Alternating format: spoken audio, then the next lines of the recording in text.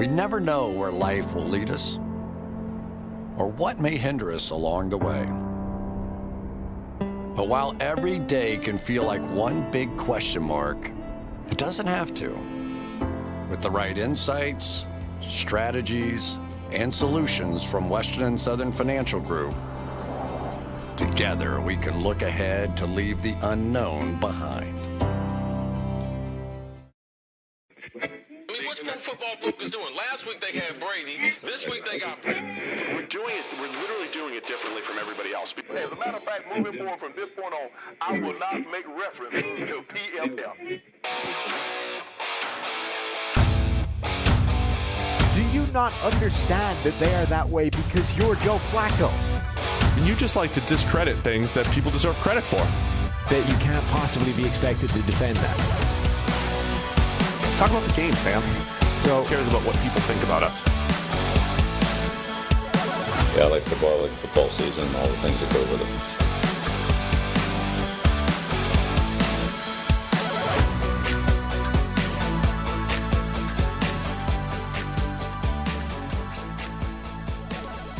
Welcome into the PFF NFL Podcast. Steve Palazzolo, Sam Monson. Happy 4th of July to all of our viewers and listeners. It's our America's Birthday edition of the PFF NFL Podcast. Happy America Day. You broke away from England too, right? We're all celebrating together? Yeah. Yeah. Ish. Yeah, those tyrants. Most of us broke away, you know. They were able to steal a little section, keep it behind. Yeah. Cause a lot of problems. Yeah, those are all about that. Some issues. Yeah. The British Isles, just a mess sometimes. But anyway, happy birthday to America. Appreciate everybody, whether you're traveling, grilling out, celebrating, whatever you're doing. Appreciate everybody joining us here. So we're not wearing the same thing we wore in the last show. It's not the case.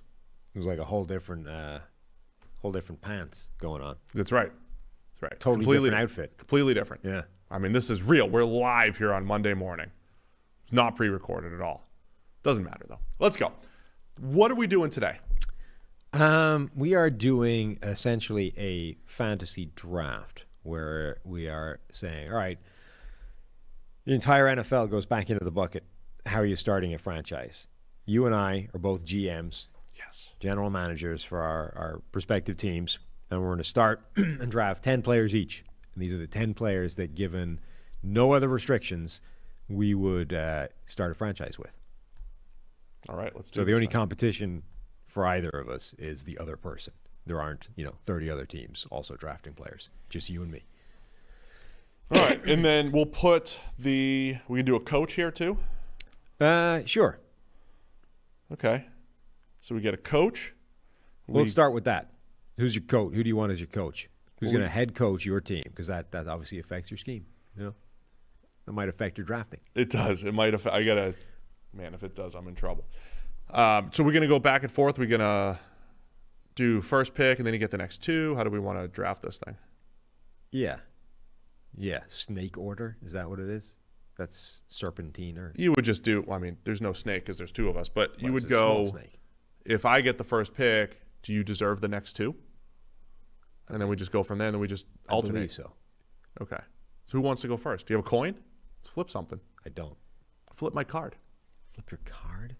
I can't reach your card. It's all the way over your side of the table. We'll start with, Okay. so whoever gets the first pick will pick a head coach first and get the first overall pick. Okay. And then the other person gets the other pick. All right. This is heads. Well, that's you. Let's make it even simpler than that. Steve? The picture of you is you going first. Oh, okay. The picture of But your my picture's stats on the back is as me. well. All right, so you get the back of the baseball card. Yes. I get the front of the baseball card. Uh-huh.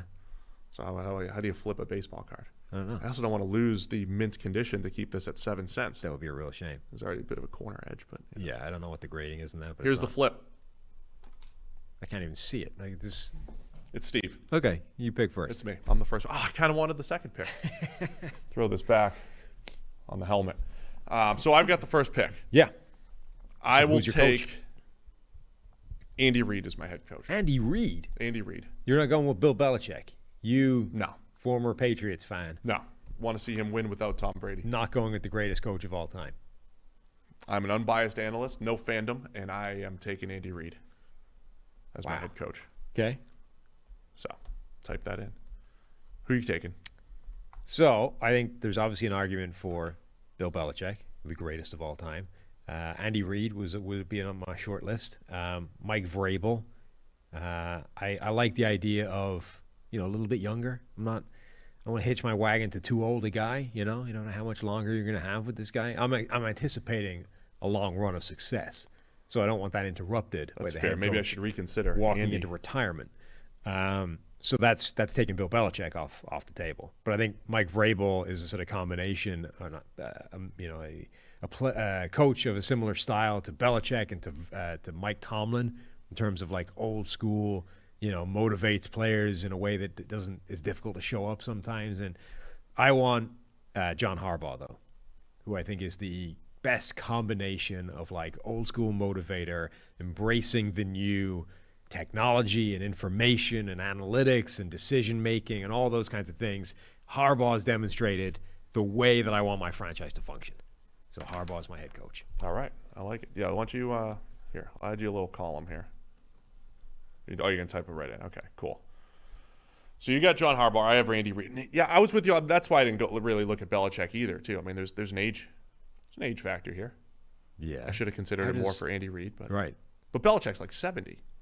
He's only got a few more years left. He is. I mean, look, I don't want to touch wood. Hopefully Andy's fine, for as many years as he can squeeze out of life. But I don't know that the man's in the best of health, Yeah, true. Yeah, I mean, these are risk factors. It's a whole group of people that don't want you to say stuff like that anymore. I know. I wish nothing but the best for Andy Reid. By the way, I think those people are stupid.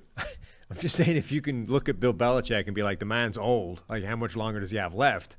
Can you not also look at Andy Reid and be like, ask exactly the same question for different reasons? Certainly can. But I'm taking Andy Reid because the dude generates offense. He does. And then I'm going to pair him. So I get the first overall pick. I will pair Andy Reid with his quarterback, Alex Smith? Alex Smith. Yeah. Yes. You're in my head. All right, give me Patrick Mahomes the second. Donovan McNabb? Donovan, yes. Give me Patrick Mahomes. He's my quarterback. He's still the guy that I would start a franchise with. And then your sponsor can be Campbell's Chunky. Now it's just going to be with McNabb versus, say, Ketchup. Right. With Mahomes. It's not as good. I will say, you'll get to pick your quarterback now and then one more player. I'm assuming you're going to take a quarterback. You can take anything. Uh-huh.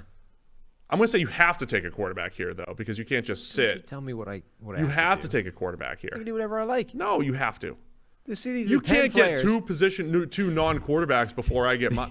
Don't criticize me because you suck at drafting. I'm changing the rules. These are the 10 players I would start a franchise with. This is draft strategy. I don't need to take a quarterback. I'm going to take the second best quarterback then. Whoever I want. Did you see there's a radio station in Canada somewhere that spent 24 hours or something playing nothing but Rage Against the Machines? The hell is that song called? Their famous song. Why can't Killing in the Name of? Yeah, that's it. Which apparently is just Killing in the Name of is not in the title. Oh. Which I only discovered. That's probably because I probably think that because I downloaded it from Napster. Right. And Napster has a lot of fake titles. Or where it would be in the title because everyone thinks that is what it's called. Anyway, there's a station that's playing. There's a whole bunch of songs that people think Third Eye Blind sang, but that wasn't really them. Right. Thanks, Napster. There's a station that's just playing that basically on loop 24 hours. Yes. And they're taking requests, right? So people will like phone up and be like, I want Mariah Carey's All I Want Is Christmas. And they'll be like, nope. Rage. Play it again. Anyway. Why did they do that and why is that relevant? I think it's a protest over something. It's difficult. I mean, you could be protesting anything at this point. Who knows? The world's gone to hell in a handbasket. I'm protesting the protest. Right. I only bring this up because of the line. I'm not F you. I won't do what you tell me. So I can pick whoever I like here. I don't need to take a quarterback. Huh. Yeah. I didn't think of this from a draft theory standpoint. You didn't. No. That maybe the drop-off from QB1 to QB2 isn't. You think that's why you're not a GM right now? All the Palazzolo for GM shirts, like this is what you're missing. Yeah. They'll be burning those in the streets after this year episode. Year one, you'd be suckered immediately by somebody, in the draft. You'd end up looking like a fool. It's all easy until you're sitting in the seat. Yeah. You know what I mean? Okay. Just to save your blushes and not exploit the process, I will take a quarterback here. Okay, thank you. I'll go with Josh Allen, So we don't really have positions here, so we can lose that. But. who I think we've seen enough now of good Josh Allen to know that he's not going to go back. Like, we're not going to get bad Josh Allen again. Like, we are going to get the good player from here on in. And when you look at the composite of his tools, and by that I'm adding in addition to the physical tools that he had at draft time, now we have all the mental tools and the intangible tools and like everything he brings to the table. Dude's done it in the playoffs. He's gotten better. Yeah, like we are talking about a guy who might have the best total skill set that we've ever seen. The only question is, can he play at that level for a long period of time and achieve the great things that other quarterbacks have achieved? But size, speed, power, physically, like strength, arm strength, accuracy has become a strength now. His ability to get everyone wanting to play for him, the intangibles in terms of off the field and what he means to that city, and like Josh Allen's a guy. Bigger surprise to you with Josh Allen, is it the fact that he developed from an accuracy standpoint, or the fact that he has been as freakishly athletic as he's been on the field? The idea that they can run designed runs with him, he's an incredible scrambler, because both of those have surprised me. Accuracy obviously has surprised me because he was inaccurate in college. We haven't seen that improve a ton historically, but I think just as surprised the fact that he is as big of a freak athletically on an NFL football field. Yeah, I definitely, not arm strength wise, but speed and power wise. I definitely underrated how good an athlete he was when I was looking at him as a draft prospect. I didn't think he was that freakish. But the bigger surprise is definitely that he developed the accuracy from being about as inaccurate a quarterback as you're going to find to being one of the more accurate. That is a way, like, those two things are both surprising, but that's a much bigger shock to me. I just didn't see that level of athleticism in college, or certainly if I did put it down more to the competition, then wow, this guy's amazing. So I'll say this. I took Mahomes first. I would still start a franchise with Mahomes today. I think last year at this time, that was a slam dunk. This year at this time, it's less of a slam dunk. Next year at this time, it could be somebody else. I think next year at this time, if we're saying which quarterback are you definitively starting a franchise with for the next 10 years, it could be Mahomes, it could be Josh Allen, it could be Justin Herbert or Joe Burrow. Yeah. Right? It could be. Those two guys are entering this conversation. Like, yes. Mahomes, I mean, really, it's down to sample size with all these guys, right? Mahomes has done it for longest. Okay, he's coming off a relatively average year for him, but the sample size of being as good as any quarterback in the NFL is larger for Mahomes than it is for Josh Allen, than it is for Herbert, than it is for Burrow. But all of them are heading in the right direction. We have a combination of people catching up to Mahomes, and we also get to see Mahomes without Tyreek Hill and figure out if that is a big factor here. All right, so you could pick any other player in the NFL to go with Josh Allen starting a team. Where are you going? Yeah, I'm going to start with a wide receiver to give Josh Allen. And I think of all the wide receivers in the NFL, the one that I might pick first is Justin Jefferson. Really?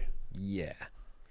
It's really close between Justin Jefferson and Jamar Chase, I think would be the other one I would consider. But both LSU, at LSU and at the same time. I think there's a real argument to split the two and say you go with Jamar Chase because he was better at LSU. And I don't know that you would say we've seen, like, he was better at LSU and he's dominated day one in the NFL. I think you can make a very fair argument to say, in 2 years, in a year, whatever, over any period of time, he will emerge as the better of the two players because he is just more talented. But you look at Justin Jefferson's game, he's been as dominant as any receiver in the NFL through the first couple of years of his career. He has had a ton of targets, but I don't think he gets featured the same way by design as a lot of other receivers in the NFL. And I just think he has a complete skill set. The guy has great hands. He's got great route running. He's physical. He's got insane run after the catch skills that I don't think he necessarily gets credit for. Very difficult to bring down once he's got the ball. I just think you look at that and you say, well, I don't know. In terms of youth plus talent, I don't think you're going to get a better run of a career than Justin Jefferson right now. I mean, he's the closest thing to what Devontae Adams has become, right? I think. Yeah. Justin Jefferson. Probably. High volume receiver that can win everywhere and, that you're just going to trust to get open, make plays. Yeah. How long are we building a team for? 10 picks. No, how many years? Oh, well, you're starting from scratch, so how long do you want to win games for? That's a good question. All right, so you've got Josh Allen and Justin Jefferson. All right, my pick now? Yeah. I'm going Tyreek Hill. I'm going to Andy Reid, You're Patrick constructing Mahomes. the Chiefs. Yeah. Okay. But doesn't this explain how ridiculous it's been over the last couple of years and just this world that we're entering here? Because I still think Tyreek Hill is the perfect receiver for Patrick Mahomes. He's the perfect receiver to threaten the defense deep down the field, but you can also deploy Tyreek Hill as a 150-catch slot receiver or as a gimmick player or as just a deep threat. You could do anything with him. So I still want Tyreek Hill, and I still think he has 4 more good years in him. The one thing that would keep me away, and maybe I should have leaned toward Jamar Chase here if I was going receiver, is the idea that Hill's one injury away from losing that speed, right? One little you banged up quad or whatever it is. If you lose one step, how much of his special does he lose? Whereas, a bigger receiver, you can handle that a little bit more. You can win in different ways. Where Tyreek Hill's athleticism is the trump card, right? It is the speed and the athleticism and the change of direction, all that stuff. But I don't think there's a better combination than Patrick Mahomes and Tyreek Hill. Yeah. So I'm gonna keep them together. I'm also curious for a player whose trump card is that freakish speed and athleticism, what age that starts to go away. Yeah. Like how long do you have at that level? Because a lot of sports, athletes are pushing their peak deeper and deeper or later and later into their life, into their age, but you don't tend to find like Olympic sprinters, dominating at 40. Like those guys tend to go off pretty quickly. Their peak is still like, where Tyreek Hill is right now, 20s, mid to late 20s, and it's the second they start to lose something, it's gone. So, if you're looking at like longevity, I don't know, but I would be curious how many years of peak Tyreek Hill we're going to get. All right, you're up. Well, in which case hang on. I'm not up. You're up. We don't both get back-to-back picks. I think it was just at the top. I thought the whole idea was... you want to snake the whole time? Yeah. Oh, okay. Well then. So I get another pick, huh? Uh-huh. Yeah, that's how this works. Man. I'll tell you what else is ridiculous when you think about team building. Two of the next couple players I'm considering are also on the same team. On the Rams. Do I go Aaron Donald? Do I go Jalen Ramsey? Maybe I go another receiver. All right. Give me, considering the Rams players, maybe you could take both of them. Good. If I go Jamar Chase. Give me Jamar Chase. So I said, hey, I was considering Jamar. Let's go Jamar Chase and Tyreek Hill. Those are my players to pair with Patrick Mahomes. So I'll take Jamar Chase. I'll leave the Rams defenders for you to consider. But it is kind of crazy that the Rams 2 defenders, best cornerback, best defensive lineman, and they're both on the same team over there. But give me Chase, because we're sticking to our guns here that it's a receiver-driven league. Yeah. I thought I was going to get Jamar Chase for a second. I will stay. You could have LSU. I will stay with the wide receiver thing, though, and grab A.J. Brown. Nice. And then I'm going to start defense. I am going to grab. I'm going to grab Myles Garrett as my first defender. Interesting. I think, again, factoring age into this, I think Myles Garrett gives you the best combination of dominance, complete skill set, and youth on his side. You are leaning young here. Yeah. Well, I mean, these are guys I want to be good for as long a period of time as possible. I am not at all factoring in the salary cap implications of this. And I'm just assembling the best talent for the longest period of time I can. Yeah, of course. You just get 10 players, you figure out the rest. Look, somebody else's job is the salary cap thing, right? I got accountant guys for that. I'm just getting the talent in. Figure out how to get them in. Get them in under the cap. You figure out how to pay for it. I'm just here to bring them in. All right, so I mentioned I was debating Aaron Donald. It is fair that so he just re-signed his contract, so we might only get him for a few years. I might need to offset his age. Tyreek Hill might only have a few years left, all that stuff. I'm going to go back-to-back cornerbacks here with my next two picks. So I'll go Jalen Ramsey and Jair Alexander as my next two. So I got Mahomes. He's thrown to Tyreek Hill and Jamar Chase.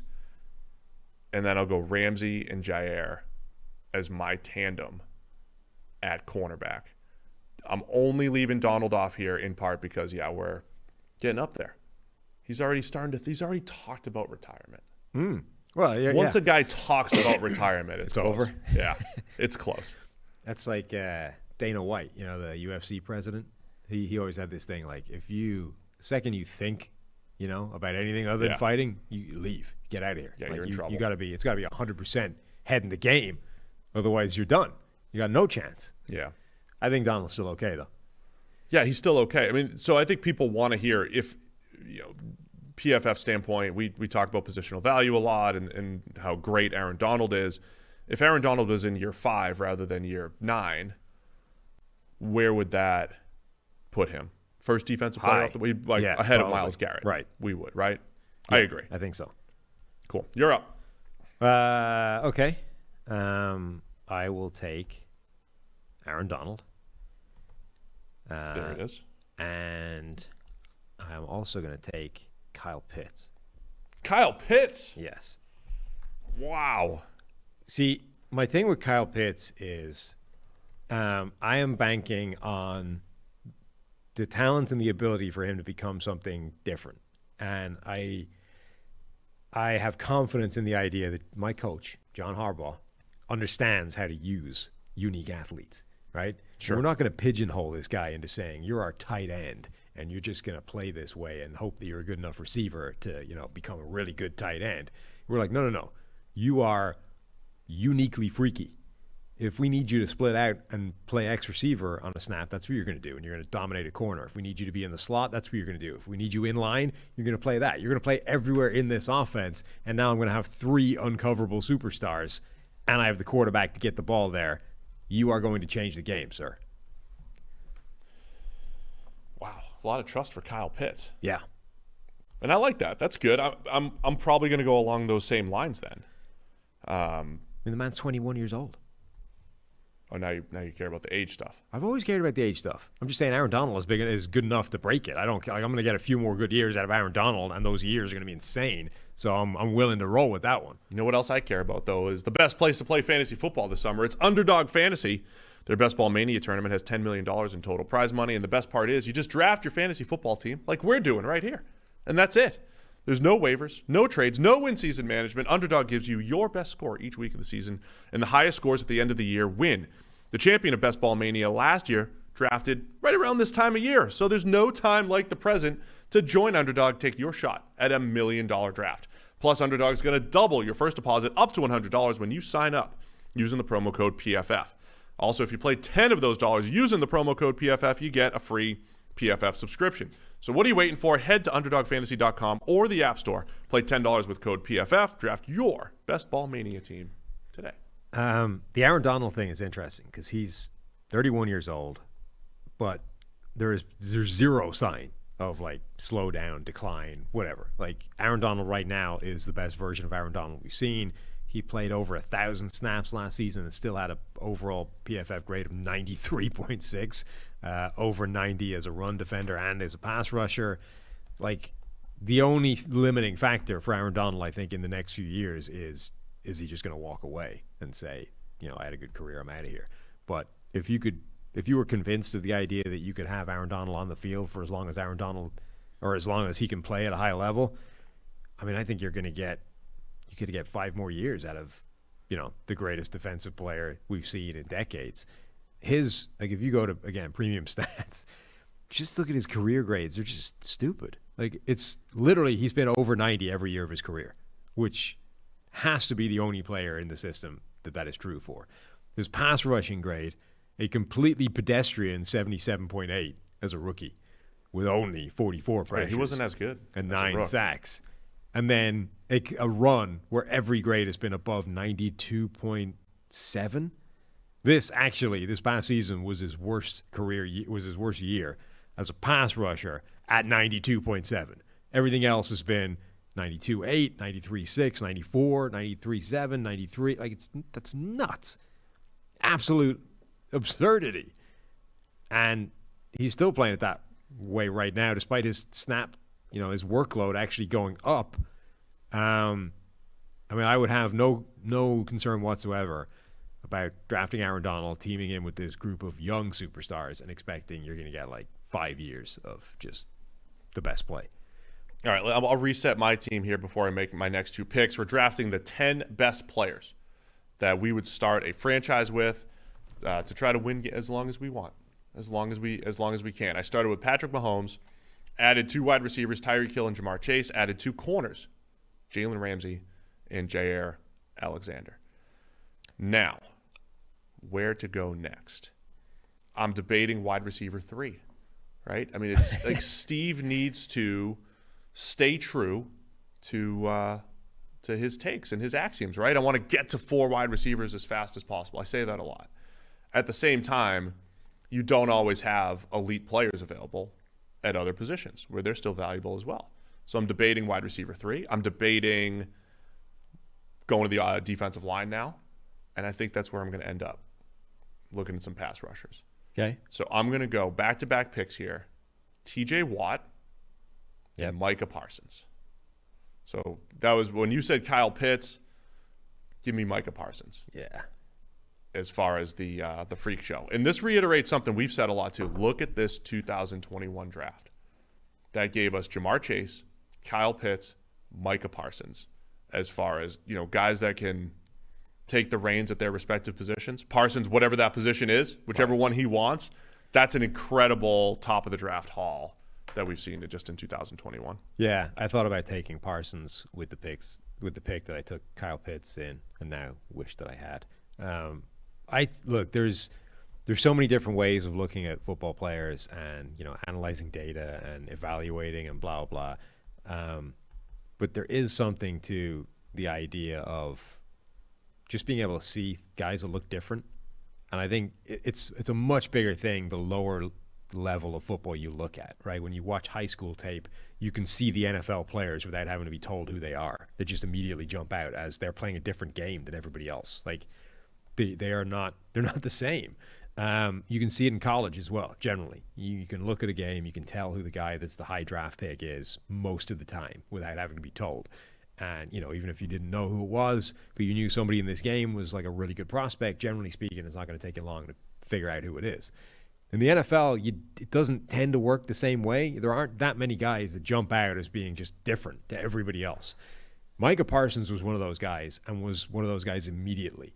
And that, I've said this before on this pod, but that's why the comparisons to Lawrence Taylor made sense. It wasn't because he's as good as Lawrence Taylor or he'll become as good as Lawrence Taylor, but because he was obviously different. There's just something different. You watch Lawrence Taylor play, and he was playing the game at a different level of violence and intensity and explosion than everybody else he was going up against, right? And when he arrived at the quarterback, he was destroying those guys. He was taking them and just burying them into the dirt in a way they were not getting hit normally. Parsons was doing the same thing. That guy was beating people at the line. The burst that he accelerated and closed to the quarterback was nuts. And when he arrived at the quarterback, he had mean intentions and was putting those guys down. His grade last year was obviously crazy. I think the best pass rush win rate of any defender, any pass rusher in the league. There's a lot to love, but I think that is an extra thing as well. That different level of intensity and, impact plays. And yeah, I think you're right that I don't really care that I don't know what he is yet in terms of, is he an edge rusher? Is he an off-the-ball linebacker? Is he a hybrid? Right. Andy will figure it out. Add him in the same way at Kyle Pitts. Bring him in. The dude is a unique athlete, a unique playmaker. Figure out what it is later and make it work. So I like that pick, and I'm annoyed that I'll let you have it. Thank you. Yeah. All right. I shall reset. What do you have for a team so far here? So, quarterback Josh Allen.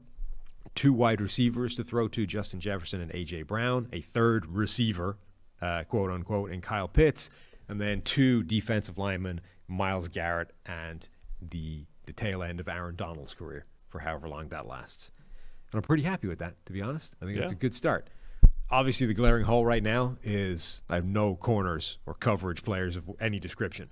So I will add at least one in cornerback Denzel Ward. Nice.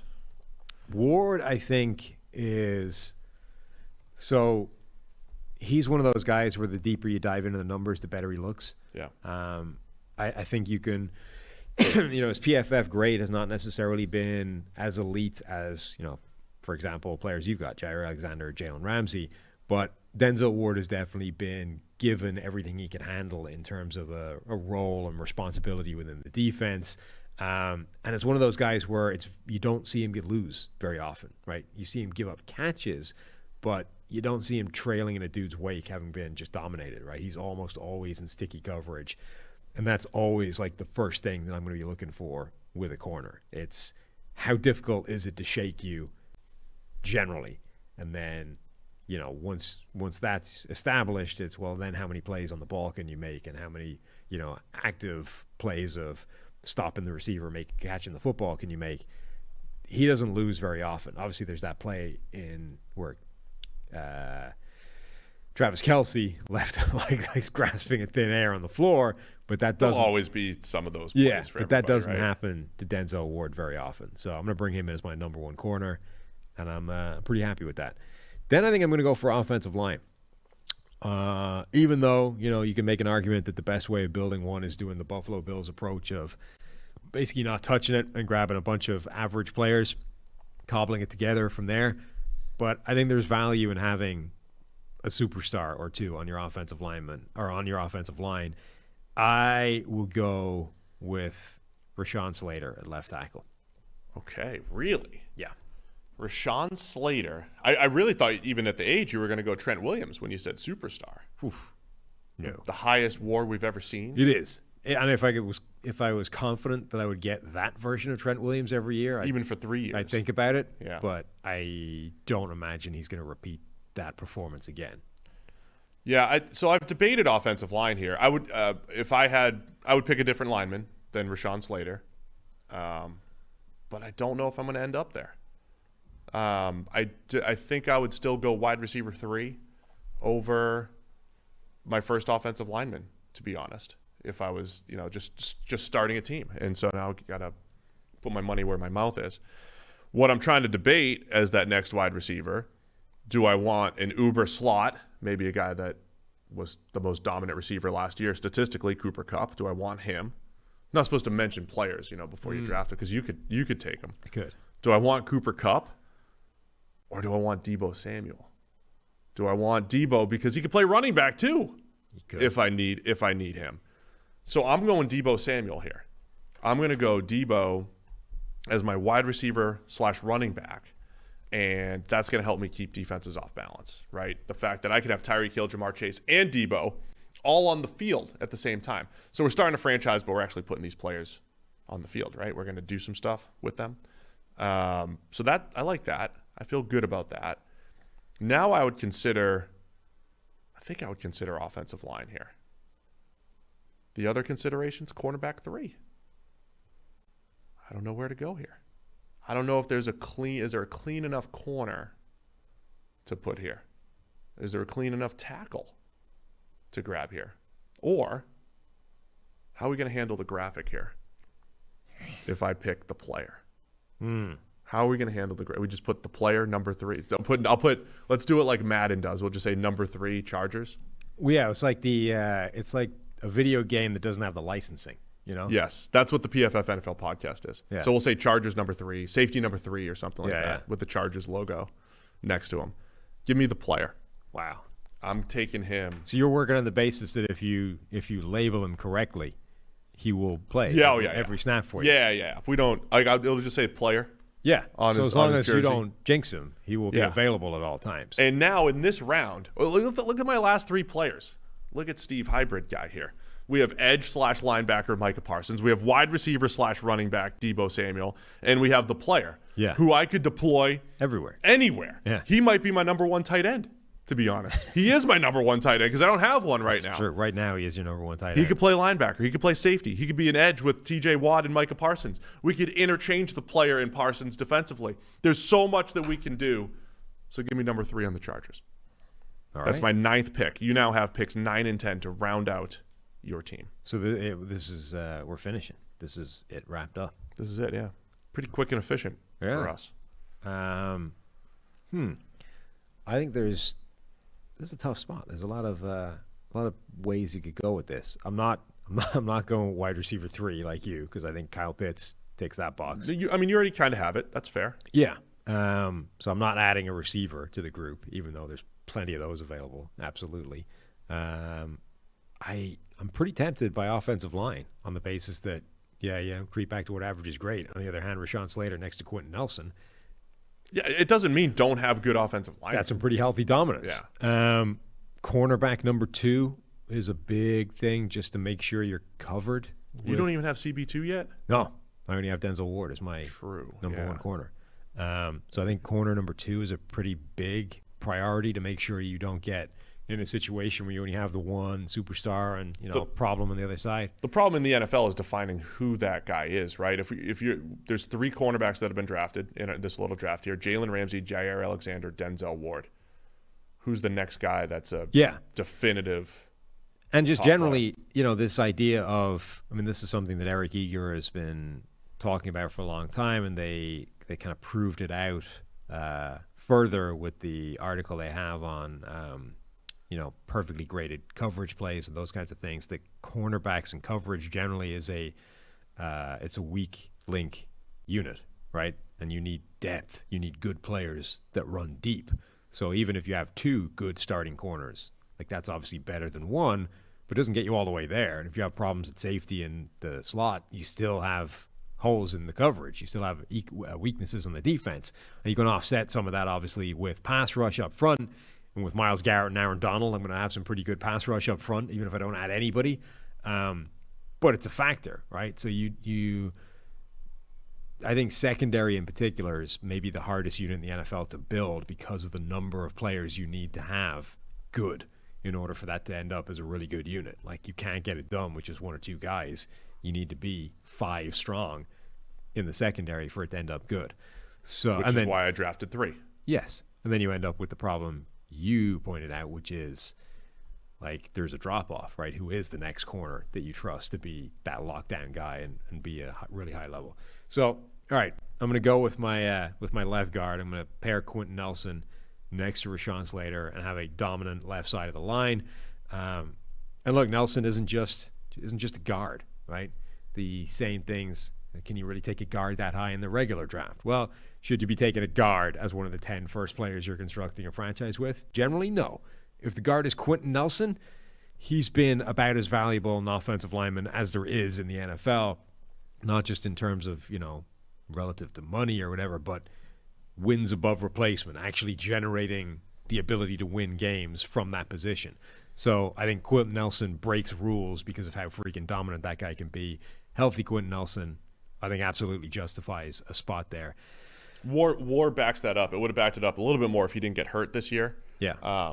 But he is, for instance, 0.3 wins better than, say, Joe Tooney over the last 3 years. And that's a big number, 0.3 on its own. 0.3 wins at any position is pretty good, but particularly at guard, it just kind of shows how dominant Quentin Nelson is. While you're debating your last pick, don't forget we're trying to build platinum teams here, just like our friends over at Manscaped. Gentlemen, all men strive for gold in their life, gold medals, gold watches, gold everything. But there's a certain type of man who goes the extra mile, walks with the confidence of an eagle and giggles in the face of danger. He's a big, hairless winning machine. When he unzips his pants, he sees platinum. That's right, Manscaped would like to introduce you to their best and biggest ultimate hygiene bundle yet, the Platinum Package 4.0. Look at this on the YouTube screen here. All the great stuff that you get within the Platinum Package 4.0. Manscaped is the leader in below-the-waist grooming. Now trust them with the whole shebang. Join the 4 million men worldwide who trust Manscaped by going to manscaped.com for 20% off plus free shipping with the code PFF.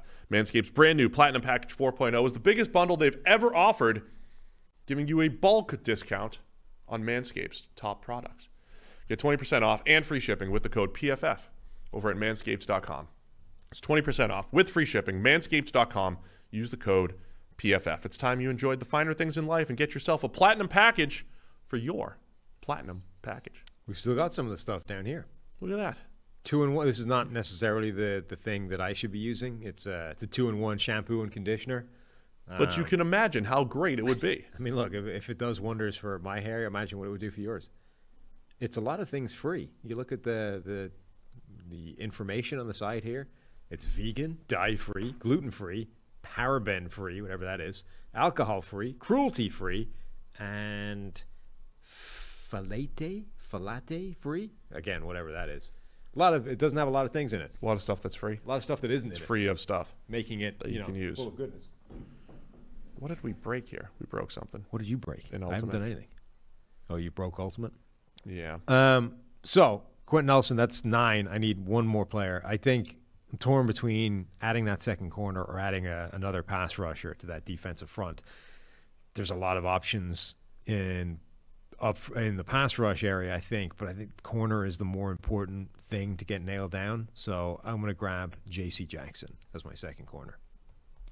J.C. Jackson, corner 2, huh? And really hope that he isn't a product of Bill Belichick. You should have maybe, if you hired Bill Belichick instead of John Harbaugh. Maybe. So J.C. Jackson, your 10th player. We'll throw this stuff on social and kind of get some votes from the fans. Which team do you think is better? I do not have any offensive linemen yet. I've got 3 receivers, 2 corners, 2 edges, and a safety. So feel good about my secondary. Feel good about all the perimeter players. Do I go another receiver? A third edge? Another pass rusher? I got all these hybrid players. Do I think about a linebacker? Darius Leonard could be a good player. He'd be the first linebacker I think I'd consider here, right? Friend of me of the show. So my debate right now is between my first offensive lineman and Chris Jones. Chris Jones. As an interior defensive lineman to go with TJ Watt and Micah Parsons. I'm tempted by Chris Jones. It would give me my 10th player. I'd have 0 offensive linemen. The lineman I would go with, by the way, is Ryan Ramczyk. He'd be my starting tackle. I'd be behind you in my offensive line team building effort for sure, where you have Rashawn Slater and Quentin Nelson.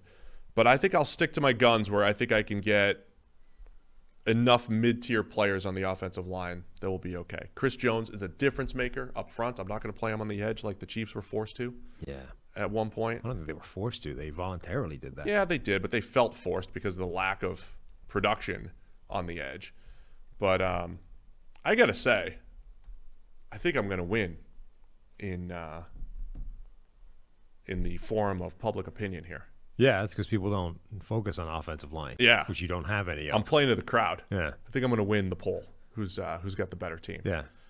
Right now, your team is going to look like the Chiefs in the Super Bowl, where Patrick Mahomes is just getting buried every single snap. I should have considered that. I should have considered that, maybe. You've got What do you think practice is going to look like with this squad? You've got currently this group of 7-on-7 offense going up against Aaron Donald and Myles Garrett, amongst others. Oh, we're playing head-to-head? Well, I'm just saying, that's the reality of what you're dealing with is with no offensive line, you're going to have to block some of the best pass rushers in the NFL. We should fill in the rest of the roster. Like who we should the most PFF NFL podcast thing for us to do would be to fill in the rest of the starters with Thomas Jones All-Stars, right? The most average players in every spot. So this is what we should do for our next show is we fill in a depth chart for our current rosters, right? We both have a QB. We both have X number of receivers, whatever. Every other spot, we need to determine. We both get the same players, though, right? We both get like Riley Reif. We both get Riley Reif at right tackle. We both get who's the most average running back right now? James Conner at running back, right? We both get the Thomas Jones All-Stars, the most average player at every position to fill out the rest of our roster, and then see what that looks like. Most average running back right now might be Zeke Elliott. It's gonna really make the fans make our teams look good, right? When they see Zeke as the average running back. Who's the most average tight end?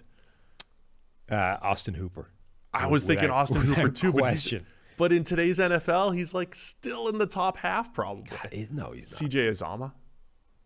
See the epitome of average. Austin Hooper had a grade of 64 last season. Yeah, he's pretty average. That ranked right in the middle of the pack. What does my offensive line look like?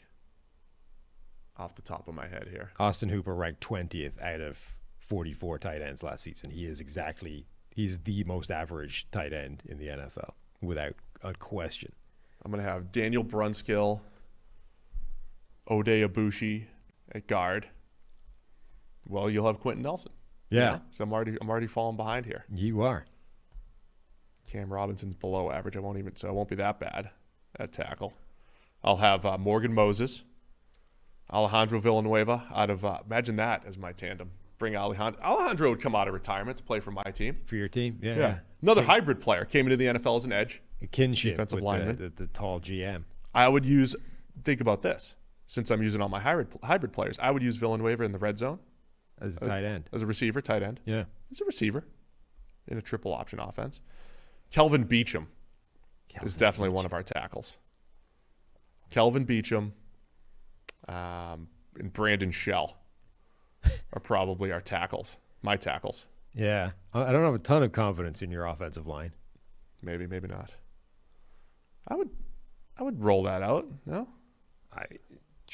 Well, you're going to have to because you didn't draft any offensive lineman. Unless it is Villanueva out of retirement along with Morgan Moses. Anyway, that'd be a fun exercise. Fill in the rest of our squad with an average. That is actually what I think what Eric does to kind of determine WAR, right? Like in the algorithm and all that stuff, like you plop a player into a roster and simulate it and kind of see how the wins would be affected against, the average roster or replacement roster or whatever it might be. So, yeah. Well, why don't we do that now on the basis that this is quite a short podcast so far? Unless you want to fill them in right now? Yeah. Let's sketch out the starters, the first 22, offense and defense, figure out where the holes are, and fill them in. So I still... with the most average player available. So we're going 11 personnel. We go whatever personnel you want to go with. Okay. You just drafted I'm not gonna pigeonhole your bunch of hybrids into whatever system I want. Okay. You just set your... So I need a running back. Okay. Tight end. We were established a running back is Zeke. Come on, it's not really Zeke. Isn't it, though? I need another DI, 2 linebackers, a corner, a slot corner, we'll say, and a safety. Fill in the positions that you need. Can we just have Thomas Jones as our running back? He still probably is. Thomas Jones. I feel like he could run for 3.7 yards per carry till he's 50. I mean, he can look. If Thomas Jones is going to get you exactly what was blocked and no more, then he can probably do that now as well as he could do it at the time. But no, can't have that. Charles Leno is the left tackle. I'd say Charles Leno and Brandon Shell are the tackle. So you have to take Brandon Shell. I have to take at what? At right tackle. Okay. I have to take. I'll take Charles Leno. Or do we want to just get different players? But of no. We keep them the same. We will agree on the Thomas Jones at each position. Okay, so you have Brandon Shell at right tackle, as do I, but I have Charles Leno at left tackle. He had a good year last year, but you have to have Austin Hooper as your tight end. There's not somebody more average. There really is. That. Austin Hooper is the most average tight end in the NFL. That's who you're getting. How about our guards? Oday Abushi, who I mentioned. What about? Let's see. This is good podcasting. Oh, absolutely. Just doing this live. Like the more silence that you can create, dead air, I think is the technical Is Riley term. Reef more of the epitome of dead smack average than Brandon Shell? Probably, since we've used it for a while as an example of let's do Riley Reef. Average. We both get Riley Reef instead of Brandon Shell. Creep back toward average, baby. Who's the most average interior defensive lineman? Because I need one of those guys too. Who do we have at right tackle? I just put Riley Reef there. Oh, right tackle. Okay. I'm moving on to the DIs. Who's the most average safety? Who's the most average slot corner? Buster Screen. Wait, we had Was Daniel Brunskill a guard? I mentioned Brunskill, yeah. He makes sense. That's one of the guards. I love Brunskill. Former tight end. I'll put him at left guard. Throw him in. And Ode Ibushi. You're throwing him at left guard? Doesn't he play right guard? Oh, does he? Yeah, sorry. Ibushi could play either side. I'll take Ode. I need the other one, so I'll take Ibushi. Because you already have Quentin Nelson. And then you go find an average center. I'll find an average interior defensive lineman. Draymond Jones. It was quite the option, actually, at center. There's a lot of average in today's NFL at center. Mark put in Marquise Pouncey just to trigger Steelers fans. Wow, that would upset a lot of people. Shy Tuttle. Andre James actually played pretty much bang average last season for the Raiders. It's only 1 year. Yeah, it is. Lloyd Cushenberry has improved to average. Tyler Biadasz has improved to average. There you go. Tyler Biadasz is the center. Let me just look at last year's DIs because some of these guys have developed. Looking at WAR. You looking at grades? I'm looking at WAR. Yeah. So Biadasz. The problem with Biadasz is I need to check how to spell it. You know who's a dead smack average interior defensive lineman? No. Matt Ioannidis. Is he really? Yeah. I mean, Feels last year he harsh. only 608 snaps, 65 grade. He's been better than that in the past. Yeah. Shelby Harris, another one that was average last year, but Linval Joseph could be the perfect guy. He's also getting old. Shy Tuttle, Justin Jones, Jordan Phillips. There's no way Jordan Phillips is average. Just saying, he was last year. Tim Settle. The dude never barely plays. That's not average enough. You need a guy. You need some playing time here. These guys are going to be serious parts of the team. They're starters. No, so I'm going to need some playing time, and I'm going to need bang average. When did Premium Stats start soft saving my filters here, man? Lawrence Guy. Oh, Lawrence Guy could be perfect. How many snaps do you have last year? 532. Yeah. Minimum snaps, 50%. Who's dead smack in the middle? Oh, Bilal Nichols. I think Lawrence Guy is Lawrence Guy works, okay. You need, we only need You one need two. each. No, I only need one. You only need one, okay. So Lawrence Guy is next to Chris Jones for me. We need to, Aaron Donald for we need you. to agree on an edge, or at least I do. I need an edge. We need two linebackers. I'll find the linebackers. You find your average edge. All right, average edge. That should be easy. Using Premium Stats here, 2.0. You get 25% off using promo code NFL Pod.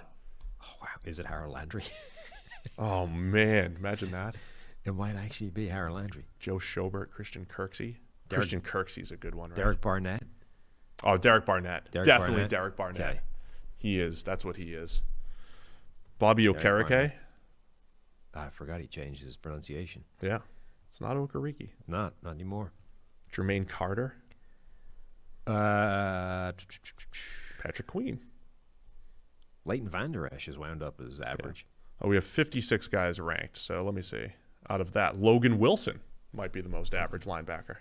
Cole Holcomb. Cole Holcomb's quite an average linebacker.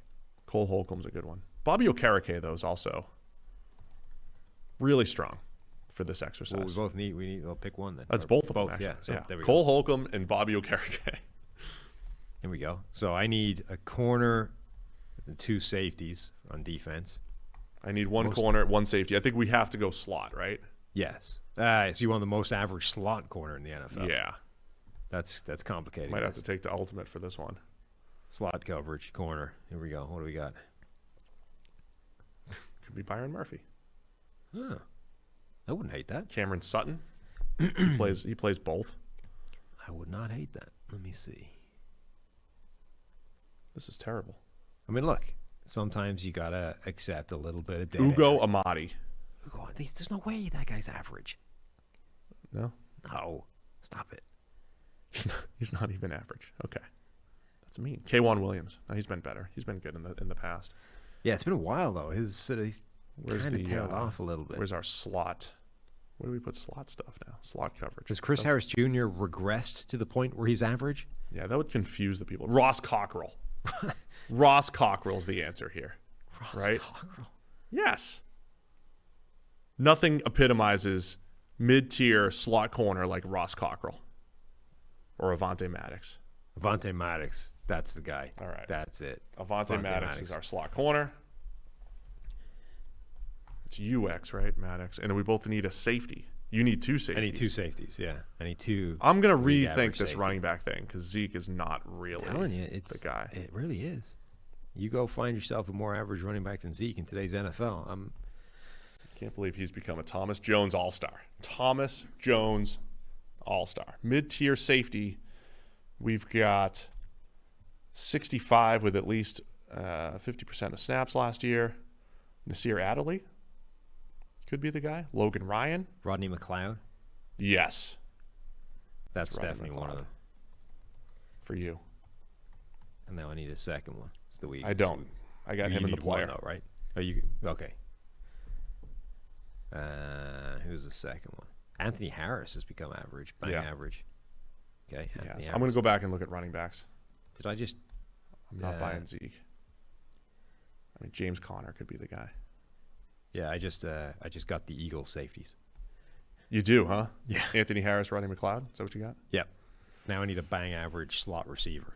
I think running back, it might be Myles Gaskin. Miles Gaskin. No, Sony Michel. No, he's not. There's no way Sony Michel is average. You got to be average at like everything. Sony Michel. Man can't catch save his life. Sure he can. No. Well enough. I mean, Leonard Fournette could be. Leonard Fournette was good last year. He was good. He's pretty good. Let me see. Let's change the filter here. It's great podcasting here. I wish. So. Will be a payoff at the end, or we actually have the teams. Cat's out of the bag. We're not really live. So if you're, live in the chat, we can't respond. We can't respond to exactly what you have there. Myles Gaskin is the most average running back in the NFL. Myles Gaskin, I could buy that. I would buy that. Right? Either him or Devin Singletary. I think there's a pretty good chance it's Myles Gaskin. Let's go Myles Gaskin. He's our running back. Who is the most average slot receiver in the NFL? Oh, you need an average slot receiver? Is it Jamison Crowder? No, he feels good. better than that. I But think his he's good. grade is not great. Is it The last couple of years he's been good, though. Sterling Shepard? It might be Sterling. He's never really emerged. It's Sterling. Sterling Shepard. So my slot's Deebo Samuel. You've got Sterling Shepard? Yeah. And then we have Myles Gaskin as running back. Yeah. Right. Do I have 22 players? That's a good question. I was thinking about drafting Lamar. I do. I have 22 players. You were going to draft Lamar at what? Doesn't matter. You were gonna become Bill Polian, draft Lamar and play him at receiver, and just And backup quarterback. just take the hate. How did Taysom Hill not make our top 10 here? It's Maybe hard he's to the say. most average at everything. He's the most average quarterback. He's the most average. Why did you only think of that now? What we should have done was had our 10 players that we're starting a franchise with, and then the other 12 starters are all Taysom Hill. Well, or we fake invite Sean Payton onto the show now that he's retired and say, and his top 10 is all Taysom Hill. Yeah. He just has Taysom Hill playing every position. So I've got 3, 4, 5, 6, 7. 8, I think 9, when we 10, create 11, the 12. graphics, Yeah, 22. that's what we should do. It's a better idea than what we just did for 20 minutes. We should have our 10 players, and then the depth chart gets filled out by Taysom Hill at every other position. My entire offensive line is Taysom Hill. If you're exactly an offensive line of 5 Taysom Hills versus my secondary that's largely Taysom Hill, I like my team better. I think it's got a better shot. No. Yeah. You're telling me that Taysom Hill playing slot corner and both safeties is a weaker proposition than you having 5 offensive linemen that's Taysom Hill. This is a fun exercise, though, if you say, okay, here's Steve's team. Here's my team. I got Patrick Mahomes throwing to Tyreek Hill, Jamar Chase, and Deebo Samuel. And he's protected. They're protected by 5 Taysom Hills. Charles Leno, Ode Abushi, Tyler Biadasz, Daniel Brunskill, Riley Reeve. Yeah, okay. So run through your team however way you want to do it, top to bottom, with the average players that we've assembled. Okay. So you start at quarterback, Patrick Mahomes. Let's go through the positions. Quarterback, is Mahomes. My running back is the average Myles Gaskin. My receivers all been drafted. Tyreek Hill, Jamar Chase, Deebo Samuel. Tight end, I've been assigned the average Austin Hooper. Yep. And my entire offensive line, I have the average Charles Leno, Ode Abushi, Tyler Biadasz, Daniel Brunskill, and Riley Reeve. That's my offense. You want to do your offense? Yeah. Quarterback Josh Allen. Pretty happy there. Josh Allen will be throwing to Justin Jefferson, A.J. Brown, the slot Sterling Shepard, who frankly might not get a lot of playing time in this offense, tight end / receiving weapon, Kyle Pitts, and they will be protected by the offensive line of Rashawn Slater at left tackle, Quentin Nelson at left guard. That's good. Tyler Biadasz at center, Daniel Brunskill at right guard, and Brandon Shell at We right moved that to tackle. Riley Reef. Change that to Riley sorry. Reef as our average tackle. Yeah, so your offensive line has 2 real players, 2 really good players that you drafted, and then mine has the 5 average. Yes. Now, defensively, from front to back, I got my 2 edges, TJ Watt and Micah Parsons. We'll start Parsons on the edge. Those are my 2 pass rushers. I have interior defensive lineman Chris Jones, and I have the assigned average interior defensive lineman Lawrence Guy. 2 linebackers, Cole Holcomb and Bobby Okereke. And then my corners, Jalen Ramsey and Jair Alexander on the outside. I've got the average slot, Avonte Maddox, assigned to me. At safety, I've got the player, number 3 on the Chargers, and then the average, Rodney McLeod. All right. Whereas your defense, Start off, I have an edge pairing of Myles Garrett and Derek Barnett. ironically, they're both same draft class, similar SEC production, very different NFL production. Ended up very different in the NFL. My interior defensive linemen are Lawrence Guy and Aaron Donald. By the way, Barnett is like the classic guy who would have 15 sacks because Aaron Donald's on the football field. Yeah, right? Right? Barnett is the guy that you want to build up his 15 sack value and then let him go. Linebackers, Cole Holcomb and Bobby Okereke. Corners of Denzel Ward, J.C. Jackson, my slot corner of Avonte Maddox, and then, in fact, most of my secondary is the Eagles, and then the safety duo of Rodney McLeod and Anthony Harris. Doesn't the fact that you took J.C. Jackson 10th, right, versus being assigned who would be the most average outside corner? I don't know who that would be off the top of my head. Yeah, like Michael Davis or something. But it does make me feel better about that. Yeah, right. That you got that position. This is where the position. Again, it's not this cut and dry when you're building a team in the NFL that you're just immediately assigned an average player. But finding an average player isn't all that difficult in the NFL. Yeah, I mean, if you go, certain positions. you're looking at average corner grade overall. You're talking about guys like Tyson Campbell, Patrick Peterson. The tail end of Joe Hayden's career. Like, definitely feel a lot better about J.C. Jackson than one of those guys. That you didn't get assigned right one of those guys and you picked J.C. Jackson, right? Yep. Yeah, it's a fun exercise. So we'll throw the we'll have to get like some sort of graphic together, which is like, here are the guys that are, I don't want to be mean to the average guys. They're all like on social media and stuff like that. You're like, oh, it's a compliment to say you're an average NFL player. Yeah, if you're an average NFL player, that puts you in the top 1% of the 1% of the you're doing well. You're getting paid if you're Austin Hooper, Charles Leno. You're just not Aaron Donald. Riley Reef. Yeah. Anyway, I like my team. I think my team's I still think it's a funnier way of doing it is if we put the team out with everybody else being Taysom Hill. Let's do that. We'll do Taysom Hill. We'll tweet that out. Who has the better team of 10 players plus Taysom Hills? Yes. Who is the best team with 10 guys we would start a franchise with, and then Taysom Hill filling in the blanks. So that's going to help. If the fact that I didn't draft a tight end gives me the edge, right? Because he can at least somewhat play tight end. Can he? What evidence do we have of that? He play H-back-ish. Ish, yeah. He can do everything. Ish. That's why he's our extra player. Tune in next time as we pick all 4 special teams. We will pick our best special teams units. Kickoff. I don't think we're going to be doing kick return, punt return. No? That one guy that always wants us to talk about punters can be big mad. Guess what? We did not draft punters. We didn't. None of us, in fact, thought that the punter is one of the top 10 players we would start a franchise with. I refuse. If I have this team, I will never punt. Well, no, it's just Taysom Hill's your punter. Oh, yeah, we got Taysom. Yeah. Kicker, punter. Punter, and then gunner on the same play. Personal protector while punting. Mm-hmm. Guy does it all. All right. Good show. We're over an hour? I've lost track of time. I mean, it's a show. When did we start? It's a show. It's a show. It's the 4th of July. It's the 4th of July. It's a 4th of July show. What a great show. All right. Nobody's listening anyway. They're all like grilling and fireworks and stuff. Nobody's listening to this. Nobody's listening. Absolutely not. Hey, we've got 2 bets in already. Look at this. I just got sent a Google Doc by Stone, who runs podcasts over here. He's accumulating our bets, and we want more bets from our fans here. We have Jake Peters, whose claim is the Patriots' top 3 picks from 2022 will add more WAR than the Ravens' top 3 picks minus Ajabu. So that's our bet. Very distinctive.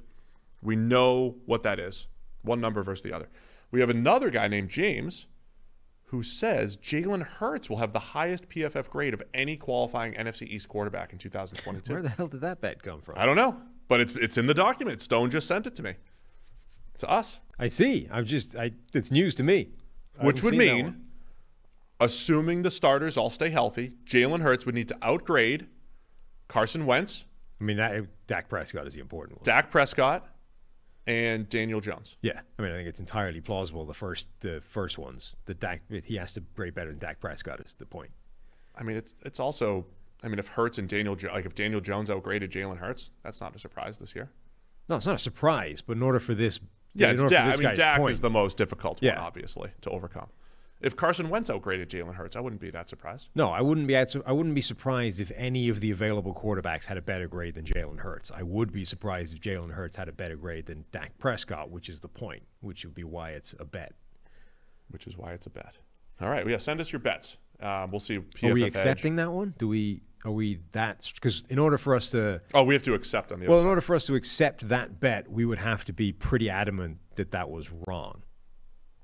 You know? I mean, yeah, because I would predict Dak, and as I just said, because here's the thing: I don't think Jalen Hurts is the clear-cut number 2 quarterback in that division. I wouldn't be surprised if Daniel Jones or Carson Wentz outgraded Jalen Hurts this year. Agreed, but if you look at last year's grade, I know Hurts was 2. Well, not just 2, but Dak Prescott's grade was 83.8. Jalen Hurts was 80.8. They were actually pretty close. Now, it got a lot wider if you just focused on passing grade, where Dak Prescott was like 85 and Jalen Hurts was 73. But if we're talking just overall grade, I think that's close enough. You know, you factor in a jump forward in Jalen Hurts, even if he doesn't get better himself just by having A.J. Brown there, and the boost that gives to Devontae Smith and everybody else in that offense, and potentially factor in a step back for Dak Prescott with no Amari Cooper and the replacement there being Jalen Tolbert, and not necessarily seeing the same Dak again. I'm just saying it wouldn't. A.J. Brown factor is the one that would give me pause here. I would be surprised but not amazed if Jalen Hurts had a higher overall grade than Dak Prescott next year. So do you not want to accept this? If we made it passing grade, I would accept. Overall grade, I think it's close enough that I'm not. All right, so we send the bet counter offer to the place that I don't know where it came from in the first place. James Dengate. Yeah, but of course. I haven't seen this yet either. That's what I'm saying. Did we just get emails during the show? No, it's not an email. So anyway, Stone's going to have to go back to James with our counter offer. If we make Jalen Hurts, we'll have the highest PFF passing grade of any qualifying NFC East quarterback in 2022. That's a bet. Put your money where your mouth is, James. Make it passing grade. And then we're in. We're in. Yeah. All right. So that's the type of stuff we're looking for. So NFL Podcast at PFF.com. Anything you think or our take is ridiculous, it's completely wrong. Here's who I want. This all started from us being called Raiders haters.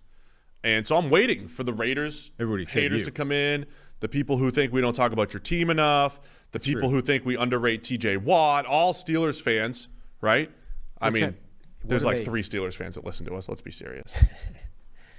The problem with those is, there's just a blanket, you hate our team, as opposed to here's the specific thing that you're really wrong about. Like you hate the Steelers, you hate TJ Watt.